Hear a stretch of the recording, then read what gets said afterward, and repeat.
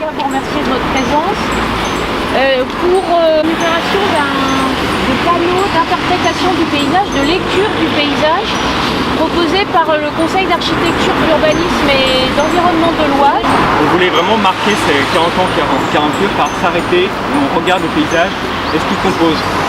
Aussi, il y a le paysage du quotidien. Pour prendre l'exemple de Senlis, souvent on associe Senlis, voilà, la cathédrale de Senlis. Mais finalement, qu'est-ce qu'il y a à côté?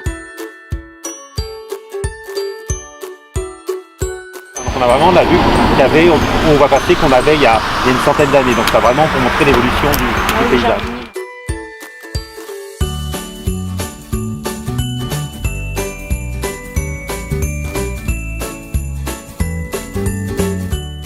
Donc ici c'est une zone d'activité mixte, économique, avec donc le Centre européen d'excellence en biomimétisme de Senlis et son développement d'activités autour de la recherche, de la formation, de l'animation de réseau, de la création d'événements. Préserver ces bâtiments et de les réhabiliter, c'est aussi finalement du développement durable, parce qu'on leur permet d'avoir une troisième, une quatrième, une cinquième vie.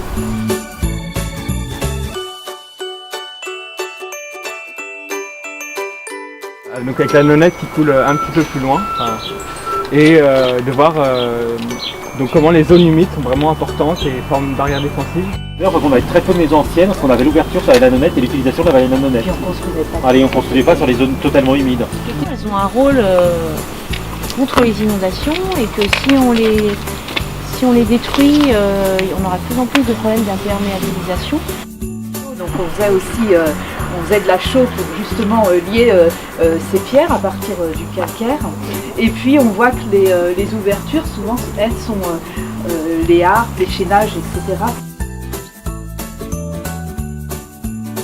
Sur ce qui était finalement une frange non bâtie, une zone maraîchère d'ailleurs je pense, oui, de cette fermette, on a construit 10 maisons individuelles. Ce principe-là de maçonnerie à l'intérieur et une vêture extérieure qui elle est en bois avec une isolation par l'extérieur. Donc ce que vous voyez c'est du Douglas, un bois français qui a été pré-traité par l'industriel pour avoir ce rendu grisonnant qui, on l'espère, va donner un vieillissement homogène.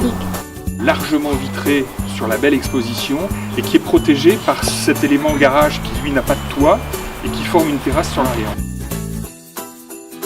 C'est vraiment la fonction de la butte pour empêcher le canon d'approcher, le cours d'eau qui servait de fossé, plus le rempart rehaussé.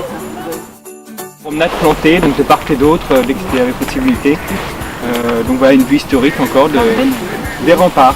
Et encore, ils n'ont pas été rasés parce qu'il faut savoir que dans beaucoup de villes, quand le boulevard circulaire des grandes villes, souvent c'était les anciens tracés des remparts. Donc là, ça sent vite, ils ont été conservés quand même.